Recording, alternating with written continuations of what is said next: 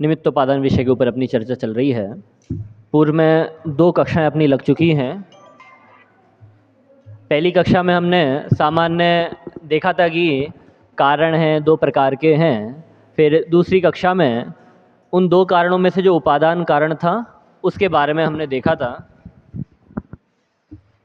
और उपादान कारण के भी जो प्रभेद हैं, प्रभेदों के संदर्भ में भी देखा था। 2 उसके प्रभेद हैं, एक त्रिकाली उपादान और एक क्षणिक उपादान। ये भेद हैं। और क्षणिक उपादान के 2 प्रभेद, अनंतर पूर्व क्षणवर्ती पर्याय और अनंतर उत्तर क्षणवर्ती पर्याय। बहुत बढ़िया, ये आपको समझ में आ गया है ना। आखिरी में कल अपन ने देखा था तत्समय की योग्यता। तो तत्समय की योग्यता में मैंने आपसे आखिरी में प्रश्न भी पूछा था, योग्यता का मतलब क्या। तो आपने बोला था कैपेबिलिटी, है ना, मतलब एबल होना, उस योग्य होना, वो योग्यता है। और पर योग्यता तो द्रव्य में है, तो हमने वहाँ पे क्षणिक उपादान में क्यों रखी, इसका उत्तर हम देखते हैं। देखिए, जो योग्यता है ना, हमने वो किसके साथ बोला, तत्समय की योग्यता। तो यहाँ पर जो हम बोल रहे हैं ना तत्समय की योग्यता, तो इसमें वो द्रव्य और गुण तो मेन है ही, पर उनसे भी मेन है वह वर्तमान समय। तत्समय मतलब वह वर्तमान समय। जैसे कई बार स्टेज पे कोई कार्यक्रम होता है, ठीक है ना, पहले हमें बोल देते हैं कि भैया आपको स्टेज पे आना है और स्टेज पे आके आपको ये बोलना है, ठीक है। हम तैयारी करने लग जाते हैं, मतलब अनंत पूर्व क्षणवर्ती पर्यायों का सिलसिला हम प्रारंभ कर देते हैं। वे हम तैयारी करने लग गए, क्या क्या बोलना है, कैसे बोलना है, पूरा तैयारी कर ली। उन्होंने बुला भी लिया स्टेज पर, ठीक है, और माइक भी हाथ में दे दिया, अब आप बोलो, और पीछे से कान में बोल दिया 2 ही शब्द बोलना। फिर अब है ना समझ गए, मतलब हमसे पहले बोला था कि भैया आपको अच्छा बोलना है, और उसकी पूरी तैयारी भी कर ली, मतलब अनंत पूर्व क्षणवर्ती पर्याय भी हो गई हमारी सारी। पर जब हम सामने आए तो हमें बोलने को कितना मिला, 2 शब्द। हमने बोला कितना, 2 शब्द। अर्थात उस समय क्या योग्य था, 2 शब्द बोलना। समझ में आ रहा है, उस समय हमारी योग्यता ही इतनी थी कि हम 2 शब्द बोलें, तो ये कहलाती है तत्समय की योग्यता। अब ये हम इस चीज़ को नहीं समझते ना, तो हम परेशान होते हैं। क्यों परेशान होते हैं, हम कहेंगे यार पहले तो हमें इतना बोल दिया कि आपको इतना इतना ऐसा ऐसा बोलना है, तो हम तो पूरे दिन भर से तैयारी करने में लगे हुए थे, और बुलाया तो इतना, ये तो हम बिना तैयारी के बोल देते। तो हमारा दिमाग खराब होता है, नहीं होता? खराब इसलिए होता है क्योंकि हम देख रहे हैं उनका दोष, हम ये नहीं देख रहे हमें योग्यता ही उतनी थी, मुझे उस समय इतना ही बोलना था। अगर मैं यही देखता ना, उस समय मुझे इतना ही बोलना था, तो मैं किसी को दोष नहीं देता। तो ये हमें बता रही है तत्समय की योग्यता, जो कार्य जब होना है तब ही होगा, और उसके पहले हमारी ऐसी पर्याय होनी थी तो ऐसी हुई। तो अब आपको ख्याल में आ गया। तो इसमें कल हमने एक शब्द और देखा था, नियामक कारण। नियामक कारण कौन है, तत्समय की योग्यता। अच्छा, आप बता सकते हैं कोई तत्समय की योग्यता नियामक कारण क्यों है? हाथ खड़ा करके बताओ ना, मुझे पता है, सबको पता है। हाँ, क्यों, त्रिकाली के बिना कार्य हो जाएगा? तो मैं वही बोल रहा हूँ, त्रिकाली के बिना कार्य हो जाएगा क्या? तो आपने जो बोला गलत हो गया। मैं बोल रहा हूँ हमने तत्समय की योग्यता को नियामक कारण कहा, तो तत्समय की योग्यता को ही नियामक कारण क्यों कहा? 11th है ये, है ना? हाँ बेटा आप बताइए।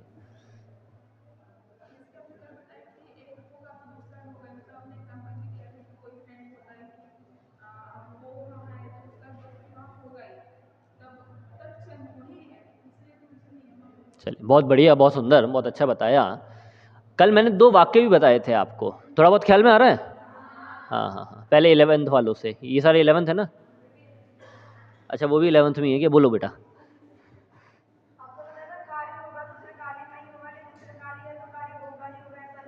बहुत सुंदर, बहुत बढ़िया, मजा आ गया, है ना? क्या बोला था कि भैया कार्य होगा तो त्रिकाली में ही, पर त्रिकाली है तो कार्य होगा ही होगा क्या? ऐसा निश्चित नहीं है। आप ऐसा कोई न्याय ग्रंथ का उदाहरण दे सकते हैं? परीक्षा मुख में आपने पढ़ा होगा। वो तो अन्वय व्यतिरेक तो सिद्धांत हो गया, मैं तो उदाहरण दे के बताना है।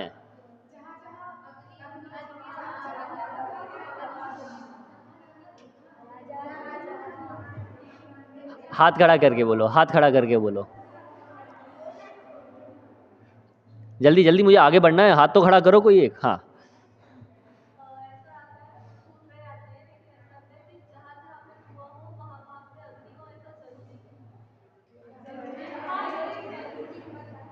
तो पूरा बोलो ना।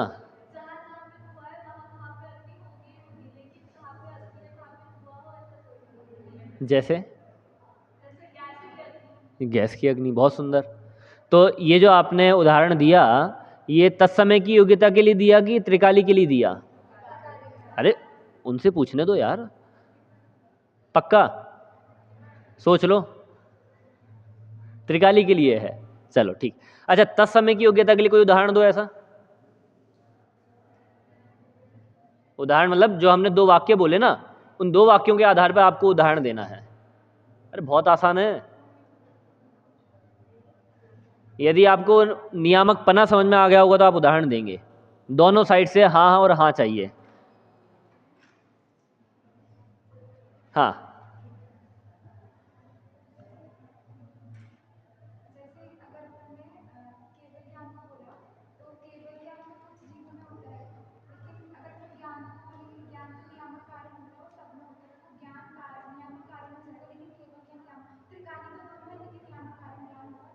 आपने बोला एकदम सही है, बस इनको 2 वाक्यों में बांध दो जो अपन ने बोले थे। उदाहरण को 2 वाक्यों में बांधना है।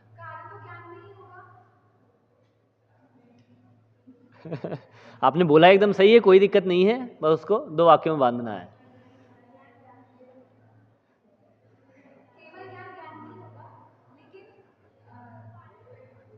चलिए कोई दिक्कत नहीं, मैं समझ गया, आपको आ गया समझ में, है ना? कोई और? हाँ, कोशिश करो। गलत की पहले से चिंता नहीं करनी चाहिए। जब बोलेंगे तब गलत होगा, बोला ही नहीं तो गलत कहाँ से होगा?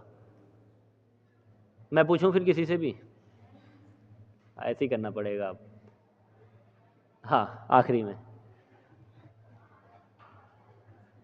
बैठे बैठे बोल दो चाहे। हाँ, बहुत बढ़िया। तो एक वाक्य हुआ, दूसरा?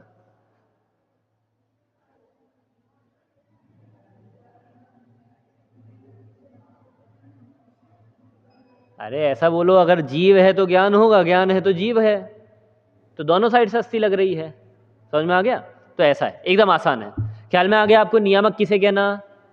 कि भैया यहाँ पर तत्समय की योग्यता होगी तो कार्य होगा ही होगा, कार्य होगा तो तत्समय की योग्यता होगी ही होगी। ये हमारा तत्समय की योग्यता वहाँ पर नियामक कारण है। इतना अपन ने देख लिया था। अब हमें थोड़ा और आगे बढ़ना है। ठीक है, कहाँ बढ़ना है आज हमें?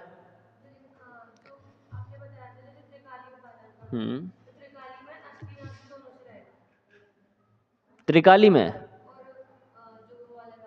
अस्थि नास्ति का मतलब है कि हम नियामक पना देख रहे हैं ना, तो वहां पर ये एक वाक्य तो घटित हो रहा है कि भैया त्रिकाली होगा तभी कार्य होगा, पर त्रिकाली है तो कार्य होगा ही होगा क्या?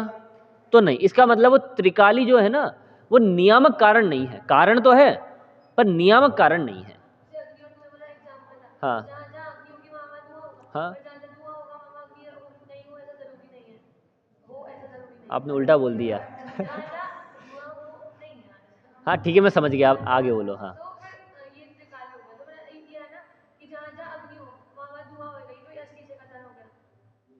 जहाँ जहाँ अग्नि है वहाँ वहाँ धुआं होगा ही क्या? नहीं। जैसे अंगीठी, अंगीठी नहीं समझे? कोयले की जो एकदम आखिरी में जो बची हुई आग सी रहती है, वो है ना, अब उसमें धुआं नहीं है, आग है पर, है ना? चलिए, गैस हो गया, बहुत अच्छा आज का उदाहरण है। आगे समझ में किसी को कोई प्रश्न? हाँ, बहुत अच्छा है इनका प्रश्न। तत्समय की योग्यता से कोई जीव स्वच्छंदी नहीं बन जाएगा क्या? बिल्कुल बन सकते हैं, पर वो केवल यहाँ पे घटित नहीं होगा। आपने सुना होगा मारीची ने 363 मत चलाए हैं, क्यों? आपने कभी इस पे विचार नहीं किया 363 ही क्यों चलाया? हम कभी बोलते हैं तो यार 65, 70, 75 बोलते हैं तो ऐसे बोल देते हैं, 250 बोल देते हैं, 350 बोल देते हैं, 360 बोल देते हैं, 363 ही क्यों बोला? ये सही है। देखो 363 इसलिए बोला, द्वादशांग में जो 12वां अंग है ना, 12वें अंग का नाम है दृष्टि प्रवाद अंग। दृष्टि प्रवाद अंग, उस दृष्टि प्रवाद अंग में 363 प्रकार की दृष्टियां बतलाई गई हैं। ठीक है, तो वो 363 प्रकार की दृष्टियां हैं। अगर अब मैं इस एंगल से देख रहा हूं तो मुझे ऐसा दिखेगा, इस एंगल से देखूंगा तो मुझे एंगल चेंज दिखेगा, बस वो एंगल दिए हैं। पर जो मारीची है ना, उन्होंने हर एक को एकांत रूप से पकड़ लिया, तो एकांत पकड़ लिया तो वो एक एक मत खड़ा हो गया। तो वैसे ही तत्समय की योग्यता गलत नहीं है, उसको समझने वाले गलत हैं। जैसे 363 दृष्टियां गलत नहीं है, उसको समझने वाले गलत हैं। उन्होंने उसको सही तरीके से नहीं समझा, एकांत रूप से समझा, इसलिए हम कहते हैं कि भैया 363 उन्होंने कुमत खड़े कर दिए। ख्याल में आ रहा भी आपको? यदि हम भी मानते 363 दृष्टियां तो, पर हम सर्वथा नहीं मानते। जैसे कल प्रवचन में आ रहा था ना, हम स्याद्वाद लगा के मानते तो हम सही हैं, और जो स्याद्वाद हटा के सर्वथा मानता है वो गलत है। ऐसी बात है। क्लियर हुआ? तो किसी भी चीज से इंसान भटक सकता है। टोडामल जी ने इसलिए तो लिखा, ये तो केवल तत्समय की योग्यता है। अब मैं तो कर रहा हूँ एक द्रव्य दूसरे द्रव्य का करता हरता नहीं है, इससे भी स्वच्छंदी हो सकता है। मैं तेरा करता हरता नहीं हूँ, आजा फिर हो जा दो दो हाथ है, क्यों भैया कुछ करता ही नहीं हूँ मैं तो तेरा, मैं तेरे को मारूँ तू नहीं मारेगा मेरे को, क्यों? मैंने मारा ही नहीं तेरे को। तो स्वच्छंदी जीव तो कहीं से भी एकांत बुद्धि ले सकता है ना, पर हम उसको समझने बैठे, हम एकांत ग्रहण नहीं करेंगे। एकांत ग्रहण क्यों नहीं करेंगे? जब हम उसमें ये देखेंगे कि ये हमारे काम में किस चीज में आ रहा है।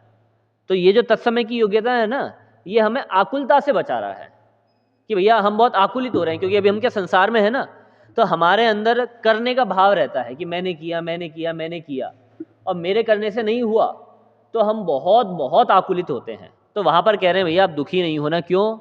क्योंकि भैया कार्य तो तभी होना था तो तभी हुआ, बात खत्म है। बस इसलिए ये हम सिद्धांत देख रहे हैं। ठीक है, बात आई ख्याल में? बढ़े आगे बढ़े। निमित्त की चर्चा आज हमें करनी है। निमित्त की परिभाषा वैसे आप सभी को ख्याल में होगी, लिखता हूं मैं थोड़ा। देखिए ये निमित्त है, और पहले वाला क्या था? उपादान। शुरू में हमने देखा था उपादान तो क्या होता है? स्व होता है, और निमित्त होता है पर हमेशा होता है। ठीक, निमित्त की परिभाषा क्या है बोलिए, किसी को याद है? हाँ पीछे बोलिए। हाँ,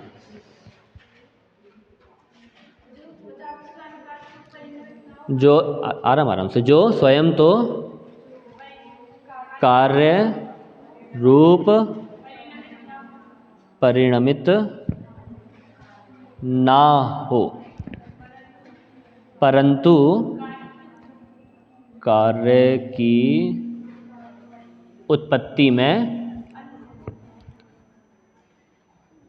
अनुकूल होने का आरोप जिस पर आए वह निमित्त है। चलिए ये हो गई परिभाषा।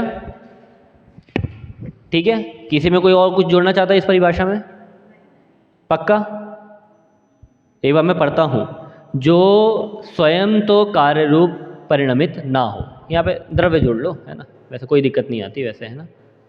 द्रव्य, जो द्रव्य स्वयं तो कार्य रूप परिणमित ना हो, पर कार्य की उत्पत्ति में अनुकूल होने का आरोप जिस पर आए वह निमित्त कारण है। ये हमारी परिभाषा है, आप सबने पढ़ रखी है, मुझे पता है। ठीक है, और इसका मतलब भी आप जानते होंगे। क्या? जो द्रव्य, जैसे मैंने जाना, तो काम कहाँ हुआ? मेरे ज्ञान, मेरे जीव द्रव्य में हुआ। ठीक है, तो जो द्रव्य स्वयं तो कार्य रूप परिणमित ना हुआ, नहीं हुआ, अर्थात जैसे मैं आपको पढ़ा रहा हूँ, आप ज्ञान कर रहे हैं, तो मैं तो ज्ञान रूप परिणमित नहीं हुआ, आपके अंदर वो ज्ञान ही परिणमित हुआ ना, तो मैं हो गया निमित्त। ठीक है, तो मैं अपने ऊपर घटित कर रहा हूँ, जो द्रव्य स्वयं तो कार्य रूप परिणमित ना हो, मतलब मैं तो कार्य रूप परिणमित हुआ नहीं हूँ, पर आपका जो ज्ञान हुआ उस ज्ञान में, कार्य की उत्पत्ति में, तो आपको जो ज्ञान हुआ ना वो हो गया कार्य। उसकी उत्पत्ति में अनुकूल कौन था? मैं, क्योंकि वो ज्ञान मेरे माध्यम से हुआ, तो अनुकूल होने का आरोप जिस पर आए तो वह हो जाएगा निमित्त। तो इसमें निमित्त कौन हो गया? मैं निमित्त हो गया। ठीक है, मैं इसको थोड़ा और चेंज करता हूँ। मैं जैसे अभी यहाँ से आप सबको जान रहा हूँ, ठीक है, तो काम कहाँ हो रहा है?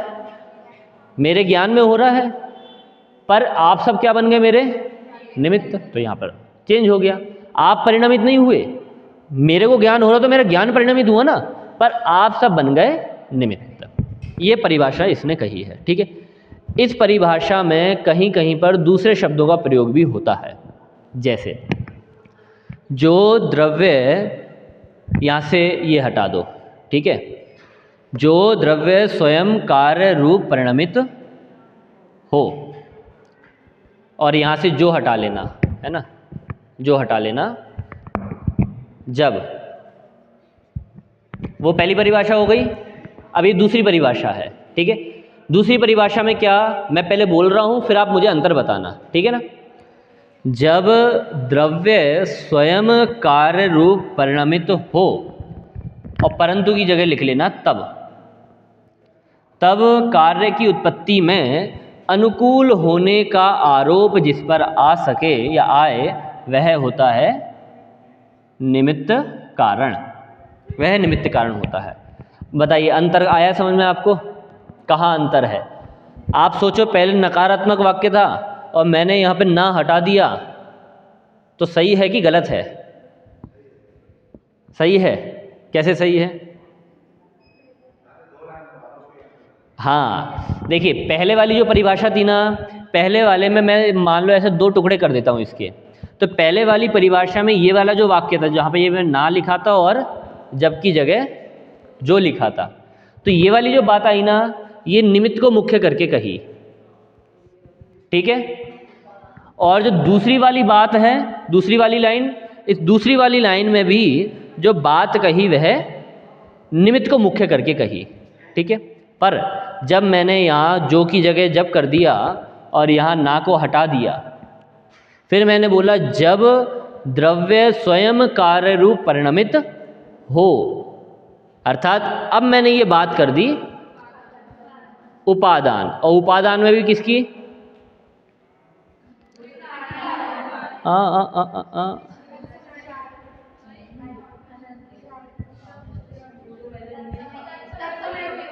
देखिए जब उपादान बोला तो तीनों इकट्ठे ही आ जाएंगे। कैसे आ जाएंगे? द्रव्य आ गया तो द्रव्य होने से त्रिकाली आ गया, और परिणमित हुआ तो परिणमित होने से तत्समय की योग्यता, तो तीनों इकट्ठे ही आएंगे, कोई बाकी नहीं रहेगा। ठीक है ना, उपादान मतलब पूरा अखंड उपादान। तो इस वाली दूसरी वाली परिभाषा में जो पहला वाक्य था वो था उपादान की अपेक्षा, और इस वाली परिभाषा में दूसरा वाक्य है निमित्त की अपेक्षा। तो भाव दोनों का एक है, बस शब्दों का अंतर है कि पहली परिभाषा में उपादान को अभी देखा नहीं है। ठीक है ना, उपादान को थोड़ा ढक के रख रखा है कि भैया वहाँ पर तो वो काम हो गया है, वो हो गया, अब यहाँ पर हम निमित्त को देखने लगे, भैया निमित्त बदला नहीं, पर इस पर आरोप आ रहा है करने का, तो हमने इसको निमित्त कह दिया। ठीक, और दूसरी वाली परिभाषा में हमने एक नज़र उपादान की साइड डाली और दूसरी नज़र निमित्त की साइड डाली। देखो वहाँ पे उसकी कैसी दशा हो गई, इसके कारण ही हुई है। समझ में आ रहा है? तो यहाँ पर एक दृष्टि वहाँ पर डाली और एक दृष्टि यहाँ पर डाली। तो दूसरी परिभाषा में एक उपादान को देखा और निमित्त को देखकर वहाँ पर निमित्त की परिभाषा बताई। बात आ गई ख्याल में? चलिए अब हम इस परिभाषा का पोस्टमार्टम करते हैं। करें? कभी किया है परिभाषा का पोस्टमार्टम? नहीं किया। देखो परिभाषा में शब्द क्या क्या आ रहे हैं, जो स्वयं कार्य रूप परिणमित हो। एक एक शब्द क्लियर है? मैं अगली लाइन पर आता हूँ। कार्य की उत्पत्ति में अनुकूल होने का आरोप जिस पर आए वह निमित्त कारण है। आपने कभी हिंदी में आरोप शब्द सुना है? किस अर्थ में सुना?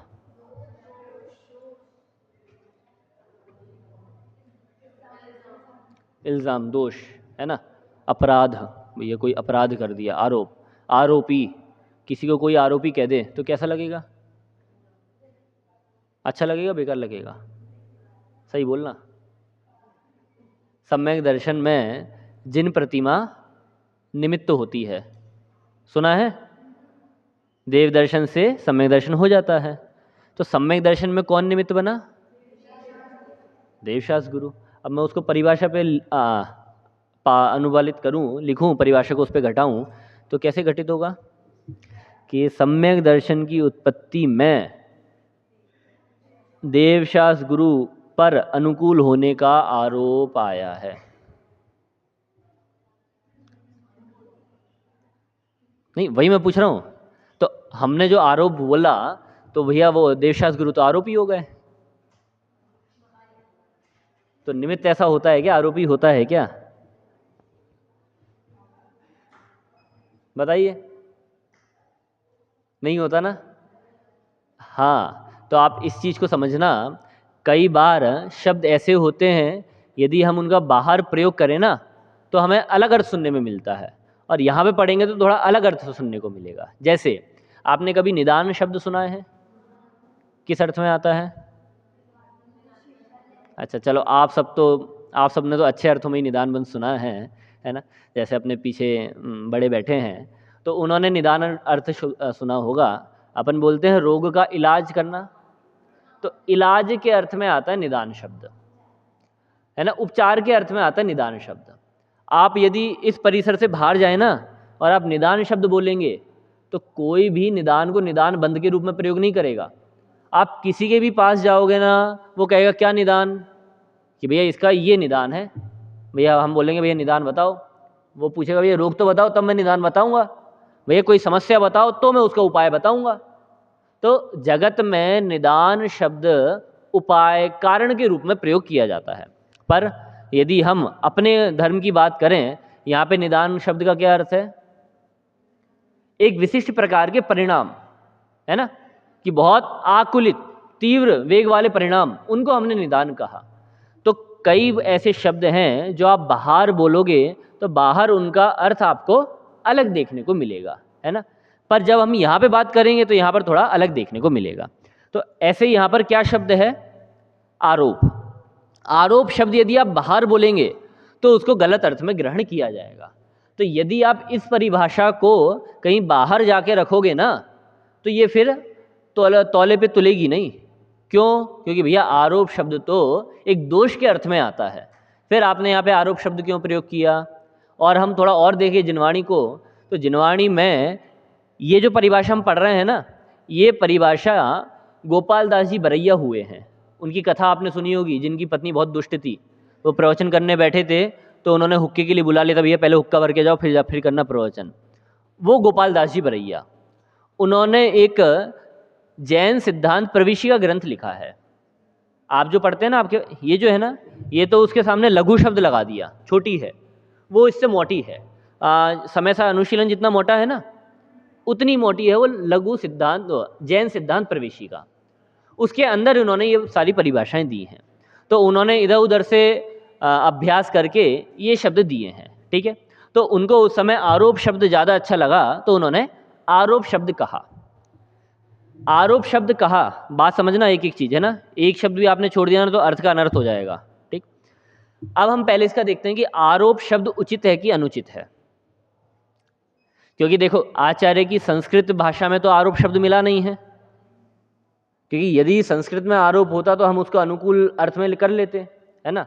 या आरोपित, आरोपित मतलब आरोप किया गया, आरोप मतलब उसके परिप्रेक्ष्य में बोला गया, उसके अनुसार बोला गया, ये अर्थ कर लेते। पर संस्कृत में तो हमें देखने को मिली नहीं है। तो इसलिए यदि हम केवल हिंदी परिभाषा से देखें तो आरोप शब्द हिंदी में जो इसका प्रचलित अर्थ है वही हमें ग्रहण करना पड़ेगा। क्योंकि अभी हमारा पारिभाषिक शब्द नहीं है। जैसे जो निदान है ना, वो अपने जैन दर्शन का एक विशिष्ट शब्द है, पर यह आरोप अपने जैन दर्शन का कोई विशिष्ट शब्द नहीं है। मैं जो बात कह रहा हूँ आप तक पहुँच रही है? तो थोड़ा एक्शन करो, सिर हिलाओ थोड़ा, है ना, हाँ हुंकार करो तो मुझे पता चलेगा आपको समझ में आ रही है, ठीक है ना। तो आरोप शब्द यदि परिभाषा हिंदी भाषा के अनुसार देखें तो ये आरोप शब्द हमारे लिए सही नहीं बैठ रहा, क्योंकि हिंदी भाषा में इसका अर्थ अलग प्रकार से प्रयोग किया जाता है। दूसरा कारण ये, हम मान भी लेते, पर आचार्य ने संस्कृत में ये शब्द नहीं लिखा है, तो हमें ये शब्द हिंदी अर्थ वाला ही ग्रहण करना पड़ेगा। बात आ रही है आपको ख्याल में? तो इसलिए हम यदि हिंदी अर्थ वाला ग्रहण करेंगे तो हमें यह समझ में आएगा कि भैया आप निमित्त को आरोपी कह रहे हो, आरोप दिया जा रहा मतलब वो आरोपी हो गया ना, और निमित्त को आप कटघरे में लाके खड़ा कर रहे हो। तो यदि आप निमित्त को कटघरे में लाके खड़ा कर रहे हो तो भैया मैं भी कटघरे में खड़ा हूँ यहाँ पर। हमें सम्यक दर्शन हो रहा है, देवशास्त्र गुरु कटघरे में खड़े हुए हैं, समूह शरण में इतने सारे जीव, असंख्या जीव बैठे हुए हैं, तीर्थंकर देव कटघरे में खड़े हुए हैं, तीर्थंकर देव आरोपी हो गए। तो ये बात हमें नहीं जमती ना। तो इसलिए यदि हम हिंदी भाषा के अनुसार देखें, शब्द की अपेक्षा देखें, तो आरोप शब्द हमें सही नहीं लग रहा, ठीक है। पर फिर भी गोपाल दास जी बरैया हैं, विद्वान हैं, उन्होंने आरोप शब्द का प्रयोग क्यों किया, है ना। थोड़ा मैं बताता हूँ फिर आपसे पूछता हूँ। अच्छा क्वेश्चन है, फिर पूछ लीजिए।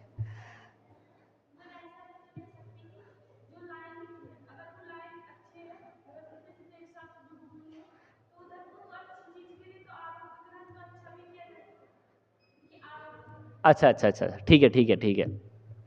आपका कहना है कि भैया आरोप शब्द अच्छे के लिए भी तो ग्रहण किया जाता है, वो हम कर लें, पर यदि आप साहित्य की दृष्टि से देखेंगे, हिंदी भाषा की दृष्टि से देखेंगे, बाहर जाके देखेंगे ना, तो आरोप शब्द अच्छे के अर्थ में नहीं आता, है ना। आरोप शब्द उसके ऊपर दोष मढ़ने के लिए आता है कि भैया इसने कोई गलती की है, इसका ये आरोप है, समझ में आ रहा है। तो उसका जो प्रचलन है वो तो अन्यथा ही अर्थ में है, ठीक है। फिर यहां पर आरोप शब्द क्यों लिखा, प्रश्न आ गया आपको ख्याल में? अब समझना आरोप शब्द क्यों लिखा। ये जो परिभाषा है ना, ये प्रयोजन की अपेक्षा बनाई गई परिभाषा है। क्या कोई आरोपी होगा तो आप उसे अपने घर में रखोगे क्या? है? आप उसे बुला के उसके मेहमानी करोगे क्या उसकी? आप उसको अच्छा अच्छा भोजन खिलाओगे क्या? नहीं खिलाओगे। तो जो आरोपी होता है, आप उसमें एकत्व, ममत्व नहीं करते हो, आप उसे अपना नहीं मानते हो। वो आएगा, आप पूछताछ भली करोगे, भैया कैसे हो, कैसा रहा आपका जेल में दिन, पर आप अंदर से आपके उसके प्रति श्रद्धा नहीं आएगी, है ना। अपनी बीच में देख लो, बहुत अच्छे बैठे हुए हैं, किसी ने एक थोड़ी सी गलती कर दी और वो सबको पता चल गई, तो उसके प्रति हमारा दृष्टिकोण कैसा हो जाता है ना। थोड़े दिन तो बात करने में भी हम एक दूसरे से वैसी द्वेषपूर्वक बात करते हैं, है ना, अच्छे से बात नहीं कर पाते। धीरे धीरे दिन बीतते जाते हैं, तो बात तो अच्छे से कर लेते हैं, पर हमें पता है कि भैया ये कैसे हैं, होता है ना ऐसा। मतलब हम उनसे अपना तो नहीं बिठाल पाते। तो ये जो परिभाषा है ना, ये परिभाषा प्रयोजन की दृष्टि से लिखी गई है। क्यों? क्योंकि भैया अब तक सब ऐसा बोल रहे थे कि निमित्त करता है, निमित्त करता है। निमित्त करता मतलब कि भैया पर द्रव्य, एक द्रव्य दूसरे द्रव्य का करता है, कि मैं इस पुस्तक को बनाने वाला हूं, मैं नोटबुक में लिखने वाला हूं। मैं बोल रहा हूं यदि आप नोटबुक में लिखने वाले हो तो बुरी राइटिंग क्यों लिखते हो, अच्छी क्यों नहीं लिखते? और जिसकी अच्छी है तो वो अच्छी क्यों लिखता, बुरी क्यों नहीं लिखता? और जब आप लिखने वाले हो तो एक एक शब्द लिखो ना, एक शब्द भी क्यों छूट रहा है आपसे, समझ में आ रहा है? तो हम क्या करते हैं, हम निमित्त को कर्ता मान लेते हैं कि यहाँ पे जो शब्द रूप कार्य हो रहा है ना, उसमें निमित्त मैं बन रहा हूं। तो मैं मान रहा हूं कि मैंने लिखा, तो मैंने उसको कर्ता मान लिया। मतलब मैं कह रहा हूं कि देखो भैया मैंने इतनी अच्छी डायरी लिखी, जैसे आज अभी घोषणा हुई ना वहां पर कि भैया जो अच्छी डायरी लिखेगा उसको पुरस्कारित किया जाएगा। तो अब हम आ गए भैया, अब तो अच्छी डायरी लिखेंगे, बहुत अच्छी डायरी लिखेंगे, अच्छे कलरफुल पेनों से लिखेंगे, व्यवस्थित लिखेंगे, हो जाता है ना मन अपना। और लिखना चाहिए, है ना, उसके लिए निषेध नहीं कर रहा हूँ मैं, पर अंदर अभिमान भी आ जाता है कि भैया देखो मैंने डायरी लिखी है ऐसी, इतनी अच्छी राइटिंग है। मैं तो ऐसा नहीं बोल पाऊँगा, ठीक है ना आप सबकी साइड से कह रहा हूँ, मतलब मैंने देखो कितनी अच्छी डायरी लिखी है, कितनी अच्छी नोटबुक बनाई है, तो उसमें कर्तृत्व का अभिमान आ गया, है ना, क्योंकि वो चीज़ अच्छी दिखी ना।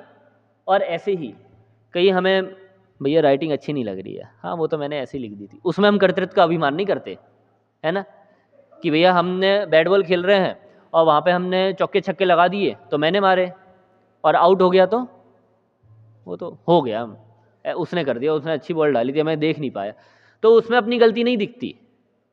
इसका मतलब है ये परिभाषा हमारे प्रयोजन के लिए लिखी कि हम पर द्रव्य को कर्ता धर्ता मान लेते हैं, अपने को पर का कर्ता हर्ता मान लेते हैं और पर को अपना कर्ता हर्ता मान लेते हैं, तो वहां पर हम दुखी होते हैं, आकुलित होते हैं। और इनका लक्ष्य क्या है कि भैया इनका लक्ष्य है कि हम निमित्तोपादान पढ़ा रहे हैं, वस्तु स्वरूप भी जानो और साथ साथ में उस प्रयोजन को भी जानो। तो उन्होंने उसके लिए आरोप शब्द का प्रयोग किया। क्यों?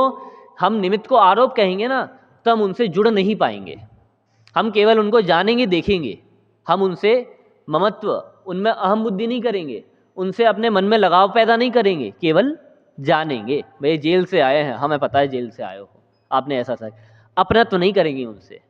तो ये बस निमित्त के लिए प्रयोजनभूत परिभाषा, प्रयोजन के लिए शब्द डाला, अनुकूल होने का आरोप आए, वरना केवल इतना भी लिख सकते थे, आरोप शब्द को हटा के केवल अनुकूल भी लिख सकते थे, है ना, कि भैया कार्य हुआ, कार्य के होने में ये अनुकूल था, केवल उतना भी छोड़ सकते थे लिख के, पर उन्होंने जानबूझ के ये आरोप शब्द डाला है। ख्याल में आया आपको आरोप शब्द क्यों डाला? हाँ, मतलब वो प्रयोजन के लिए वो शब्द डाला है, ठीक है। कोई प्रश्न? चलिए 1 मिनट दे रहा हूँ, पहले एक बार अभी अपन ने जितना निमित्त के बारे में पढ़ा उतना आप अपने दिमाग में बैठा लेवे, उसके बाद फिर मैं आपसे प्रश्न आगे चर्चा करेंगे। पहले एक बार देख लो, है ना, फिर 1 मिनट के बाद मैं पूछता हूँ। 2 पॉइंट हैं, एक पॉइंट है निमित्त की परिभाषा के संदर्भ में, 2 परिभाषा मिली हैं, और दूसरा पॉइंट है आरोप शब्द के ऊपर, ठीक है।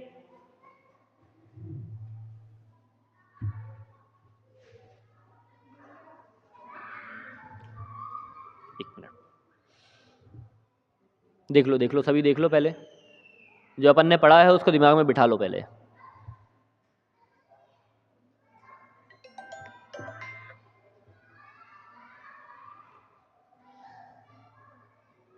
चलिए हाँ पूछिए, कौन पूछ रहा है? हाँ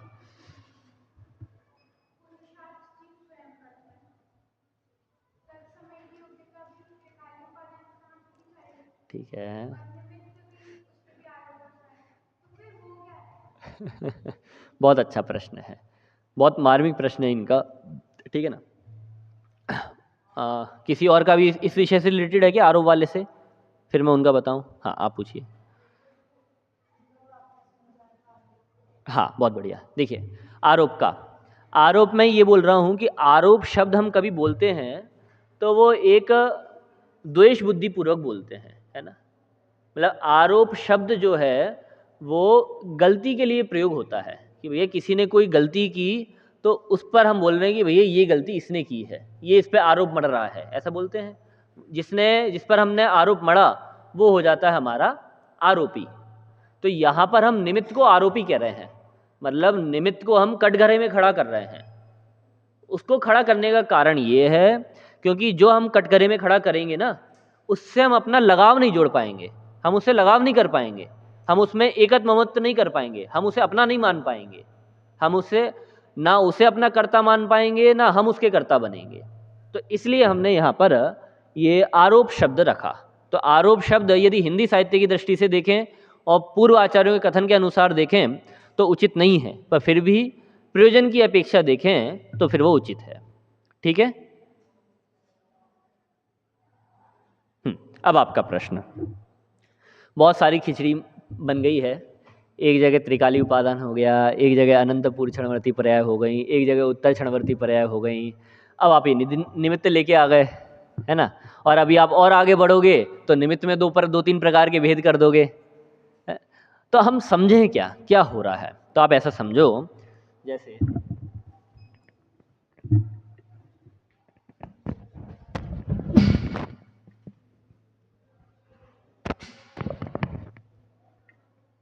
ये मैंने एक कार्य बना दिया, ठीक है, ये हमारा क्या है, कार्य है। इसके बीच में मैं लिख देता हूँ कार्य, ठीक है। और थोड़ा सा और बना देता हूँ, तो मटका ही बना देता हूँ, चलो, ठीक है। मटका बन गया हमारा, अब सही है, ठीक है। ये हमारा हो गया मटका, ठीक है। ये हमारा कार्य हुआ है। मटका हमारे सामने बन के तैयार है। अब हम बात कर रहे हैं, हम इस चीज पे चर्चा कर रहे हैं, ये मटका बना कैसे, ये मटका बना कैसे, अर्थात इसको बनने की प्रोसेस क्या क्या थी। तो हम प्रोसेस पे गए, थोड़ा प्रोसेस में देखा कि भैया एक हमारे पास चक्की रखी हुई है ना, जिसमें से ऐसे ऐसे घुमा घुमा के वो, है ना, सॉरी, वो घूम रही है उस पर हाथ से वैसा कर रहे हैं। तो एक तो हमारे पास कैसे बनी, तो कैसे में एक साधन था हमारे पास चक्की, और चक्की को चलाने वाला है हमारे पास कुम्हार, तो दूसरा हो गया। अब भैया चक्की है तो चक्की से घड़ा तो बन नहीं जाएगा, है ना, तो हमें क्या चाहिए,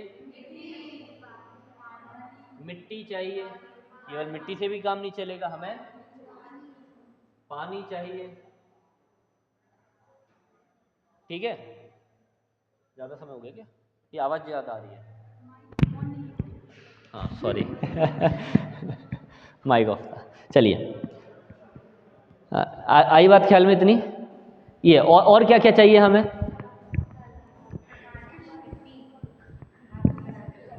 तो कुम्हार हो गया ना, कुम्हार के हाथ होंगे तभी बनेगा। हाँ हाँ भैया, जब वो बनाएंगे तो उसको अंदर हाथ लगाने के लिए और बाहर से ठोकने के लिए भी वो साधन चाहिए, है ना, तो क्या कहते हैं उसे, डंडा, डंडा कर लेते हैं, चलो। और कितने हो गए, 5 हो गए। और क्या चाहिए, आग, आग तो अच्छा चलो, पूरा बनने में आग भी चाहिए, आग भी लिख लेते हैं, आग भी चाहिए। और ये बात कहाँ गए, किसने बोला, टैलेंट, ये तो बहुत ज़रूरी चीज़ है ना, टैलेंट चाहिए। और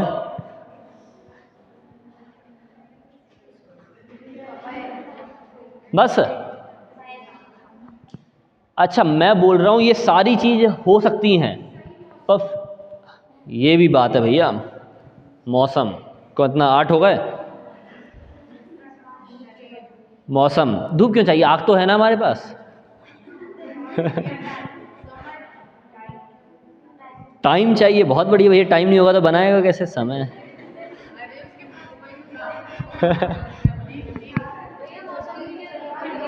हाँ वैसे मौसम की क्या ज़रूरत है, तो अच्छा बारिश में नहीं बना सकते घड़ा, अरे अरे ठीक है ठीक है ठीक है, देखो बहुत अच्छी चीज़ है, हवा में बनाओगे क्या, सबको रखने के लिए स्थान तो चाहिए ना, है 6 द्रव्य कैसे चाहिए, चलो 6 द्रव्य चाहिए, 6 द्रव्य, ठीक है। चलिए अब हम बात आगे करते हैं, इतना सब कुछ हुआ तो घड़ा बन जाएगा क्या,